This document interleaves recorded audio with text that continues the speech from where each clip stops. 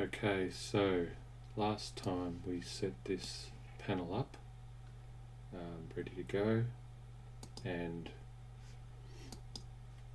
we brought in some images into different layers, and I've hidden those.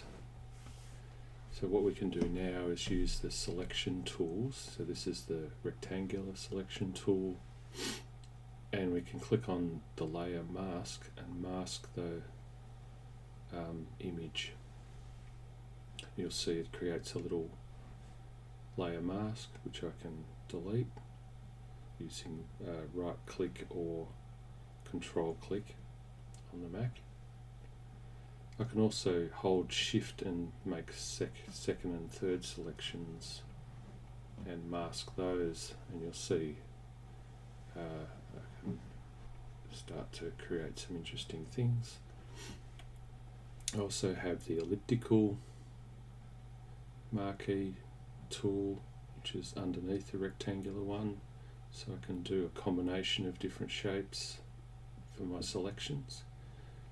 There's also a single row marquee, which I don't use that often because it's only going to select a single row of pixels, but I'm holding shift and adding to that selection. I probably wouldn't use those very often. As you'll see, it'll just give me one row of pixels in each direction there.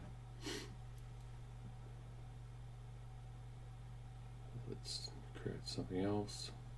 Delete that layer mask.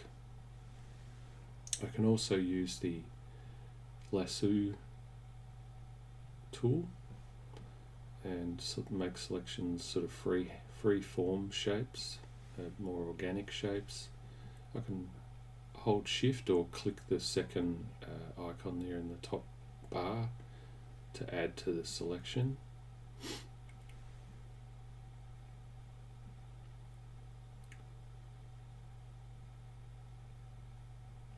I can repeat that holding shift, or having already clicked that icon, it will allow me to add to the selection and again make interesting masks by applying that layer mask.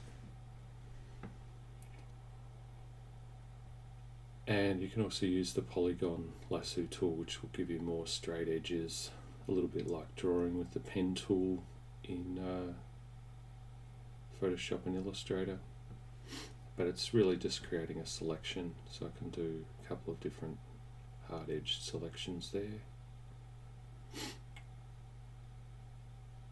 You can go over the edge of the artboard as well, and it doesn't really matter.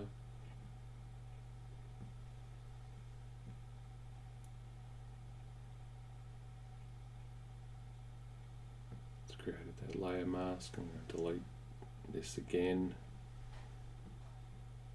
and we'll try.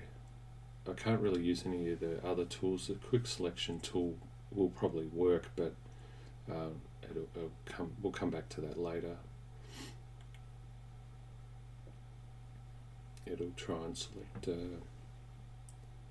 specific shapes in the image.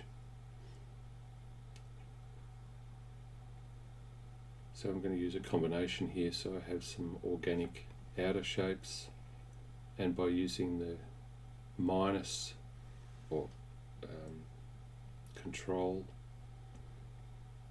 option button, I can deselect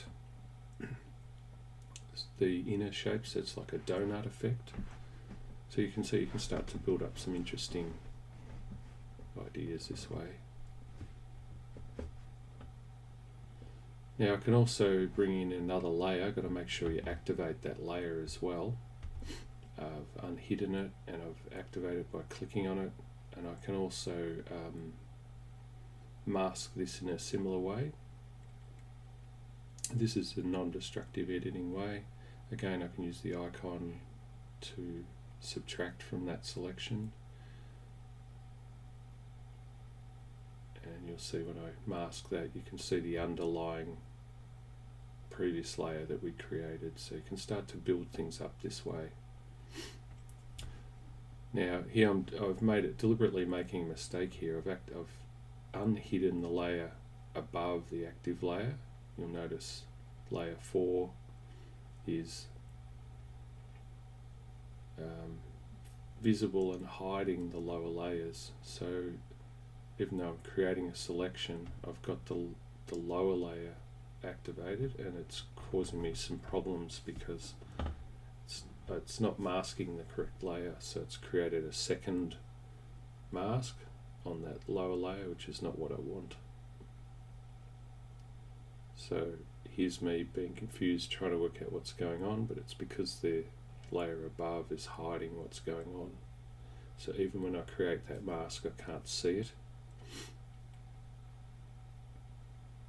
So be careful, you've got to make sure you're on top of things and remember what's going on. So like that layer is not visible, and I'm trying to work out what's going on. Just must have been a bit tired. So yeah, be careful of that. You can use these different masking methods to build up layers of different shapes that are selected and masked.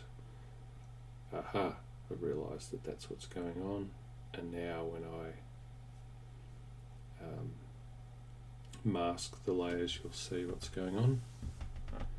So yeah, that's working now.